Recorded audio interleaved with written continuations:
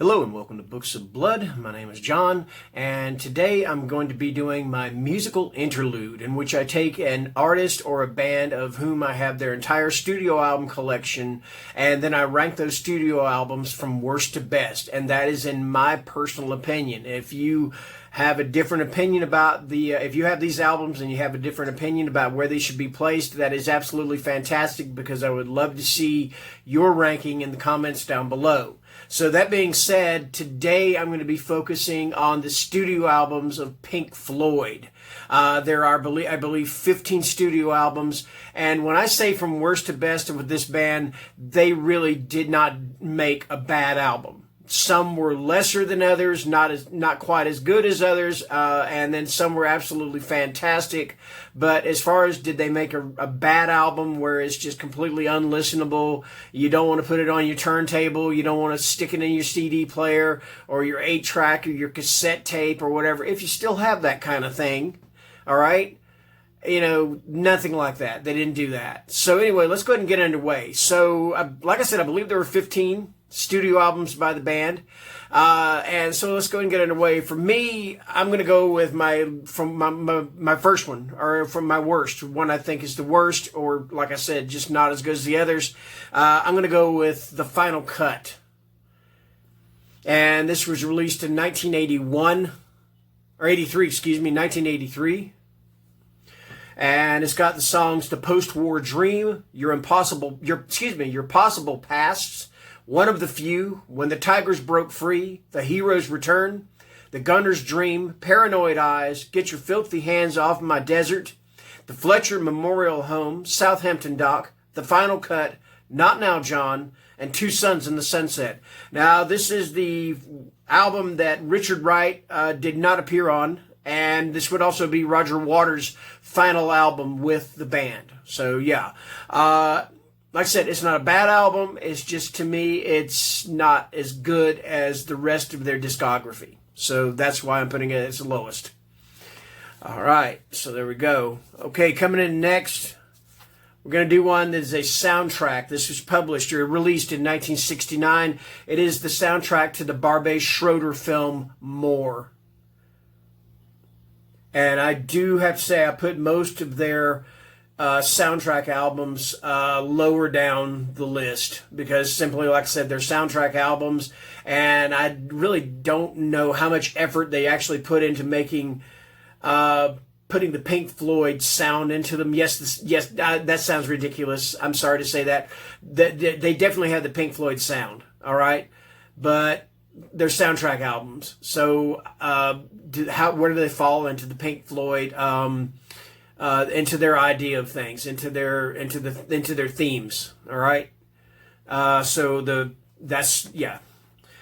This contains Cirrus Minor, the Nile Song, Crying Song, Up the Khyber, Green is the Color, Cymbeline, Party Sequence, Main Theme, Ibiza Bar, More Blues, Quicksilver, A Spanish Piece, and Dramatic Theme. And that is the soundtrack to More. And again, that was directed by Barbet Schroeder. All right, and this next one is their final album. I don't think they're going to make any more music. This definitely seemed like a complete and absolute swan song for the band. Richard Wright, Nick Mason, and David Gilmour played on this, and I'm talking about The Endless River. All right. And I like this album, but at the same time, a lot of it just didn't quite feel like a Pink Floyd album, okay? And this has Things Left Unsaid, It's What We Do, Ebb and Flow, Some, Skins,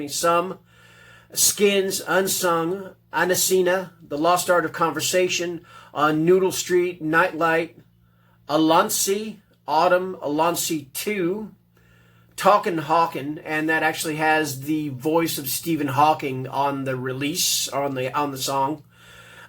Calling, Eyes to Pearls, Surfacing, and Louder Than Words, and that is The Endless River. Okay?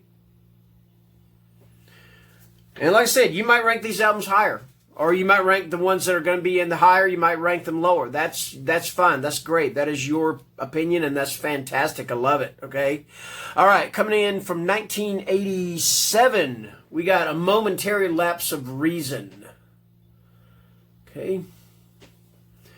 And this includes Signs of Life, Learning to Fly, The Dogs of War, One Slip, On the Turning Away, Yet Another Movie, Round and Round, A New Machine Part 1, Terminal Frost, A New Machine Part 2, and Sorrow. And this would be the first album without Roger Waters, all right?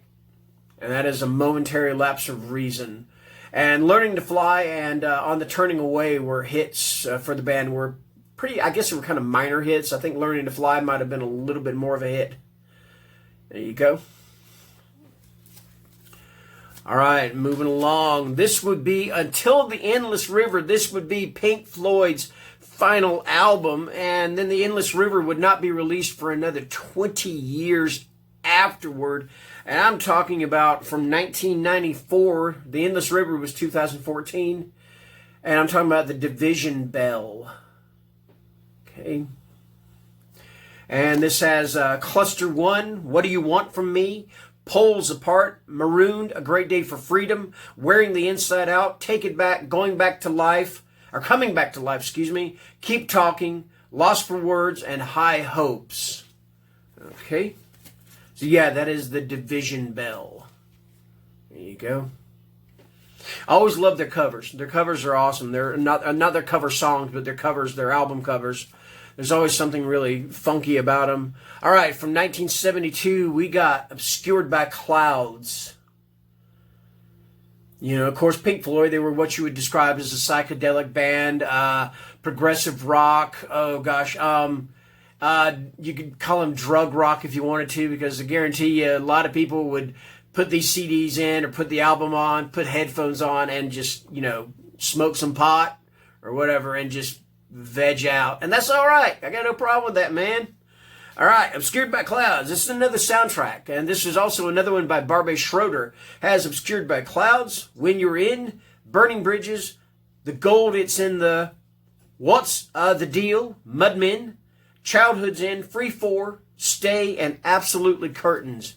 And yeah, that is Obscured by Clouds. Again, it's a soundtrack, and it is directed by Barbet Schroeder.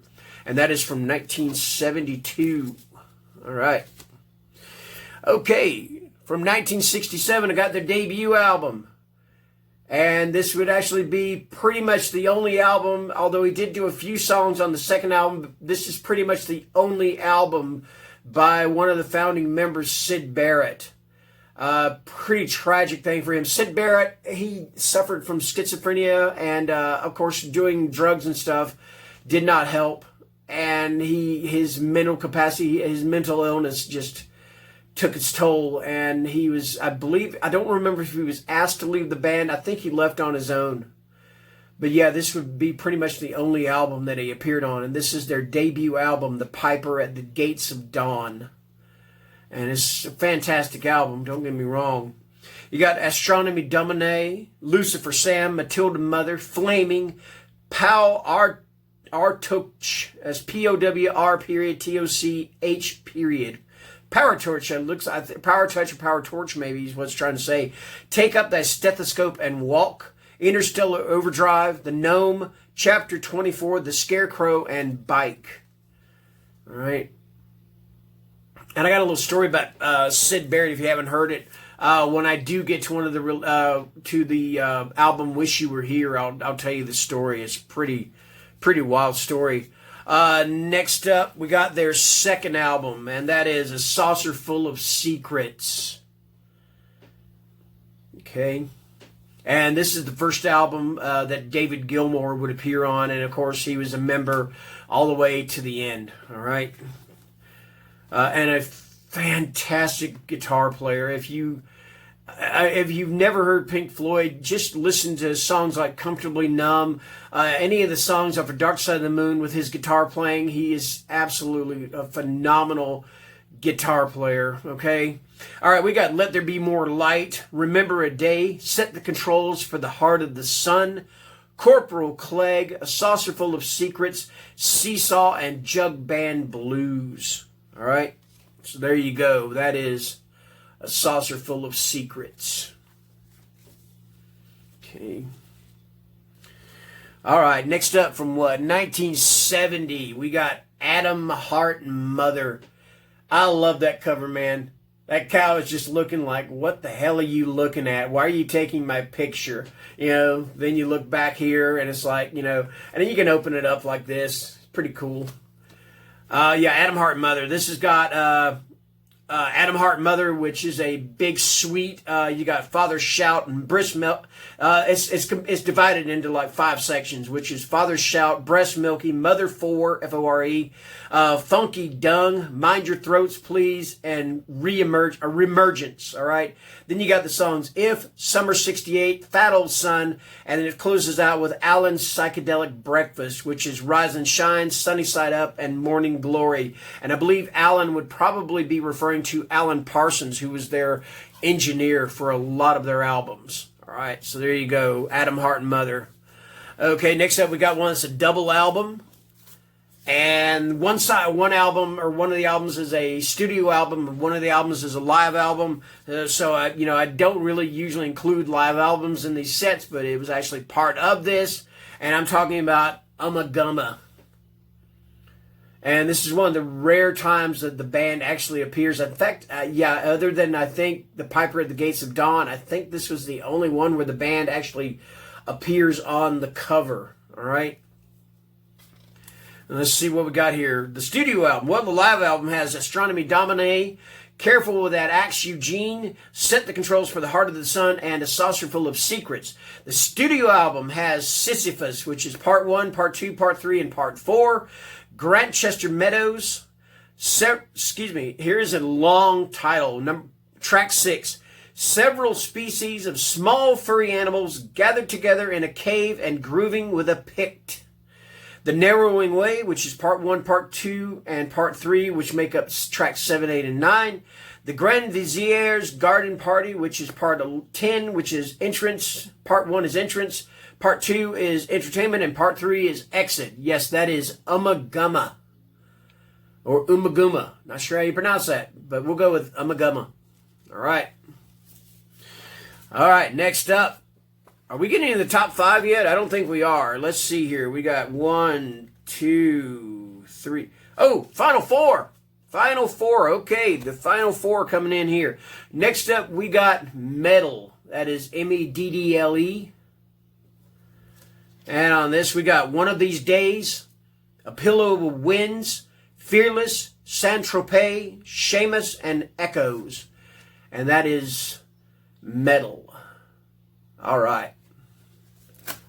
Okay. Actually, maybe in the top 5 here. I think that was the number 5.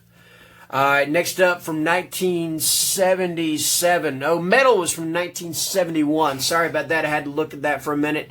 Anyway, from 1977, we got Animals. And you see right here the inflatable pig flying through the air. I need to cut my nails. Sorry about that. All right, we got Pigs on the Wing 1. We got Dogs. We got Pigs, 3 different ones. Sheep and Pigs on the Wing 2. And that is Animals, Pink Floyd. All right, awesome. All right, now I believe we're going into the final 3. Yes, we are. And if you're a Pink Floyd fan and you know the ones I haven't mentioned, you know the ones that are coming up. All right. So this next one is the one I want to tell, the Syd Barrett story. I believe it was on this album. Anyway, they were recording the album, which is Wish You Were Here. And one day, this gentleman walked into the studio, bald-headed, just had these sunken eyes, had a gut, and he just stood and watched the band record this album, and everybody just kind of looking like, wait, who is this? And let me see. Let me find you a picture of Syd Barrett. Okay. This is Syd right here.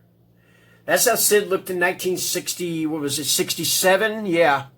Yeah, 1967. But they are looking at this guy thinking, who is he? Why is he watching us and everything?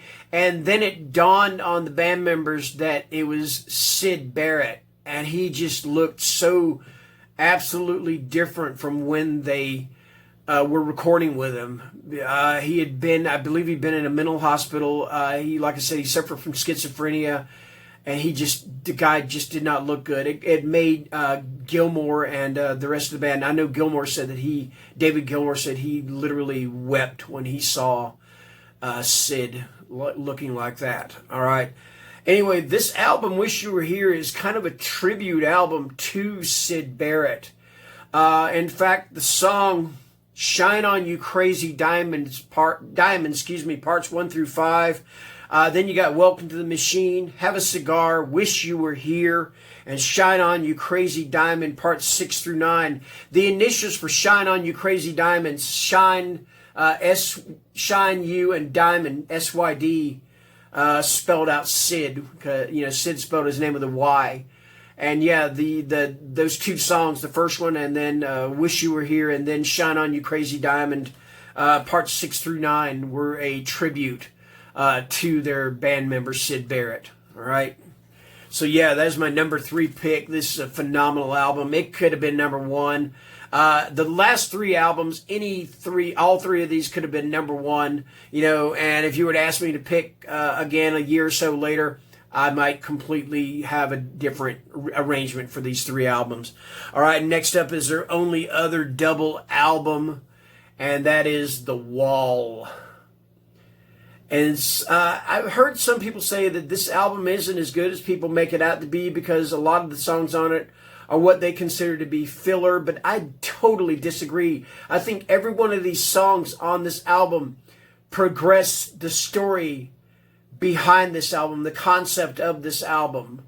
All right? So I think every song on here none of the songs are filler. They're all necessary. All right? So let me see what we got here. And it's got some weird font to it. So we got In the Flesh.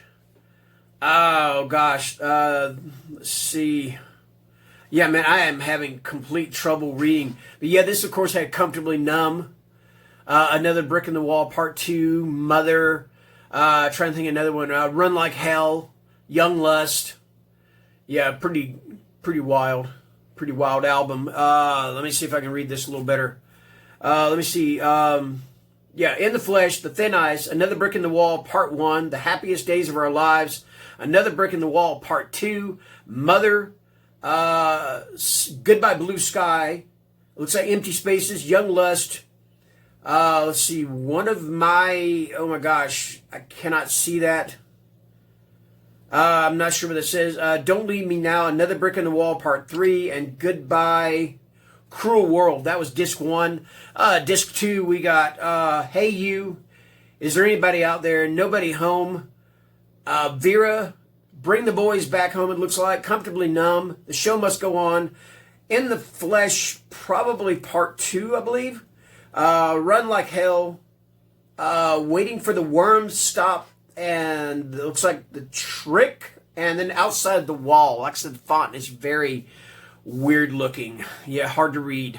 But yeah, I think this is a fantastic album. And like I said, it could have been my number 1, But for my number 1, I have got to go with Dark Side of the Moon. This album is just absolutely, pardon my French, it is absolutely fucking fantastic. I mean, it is a masterpiece. There is a reason why this album stayed on the Billboard charts for as long as it did, because it is just absolutely phenomenal.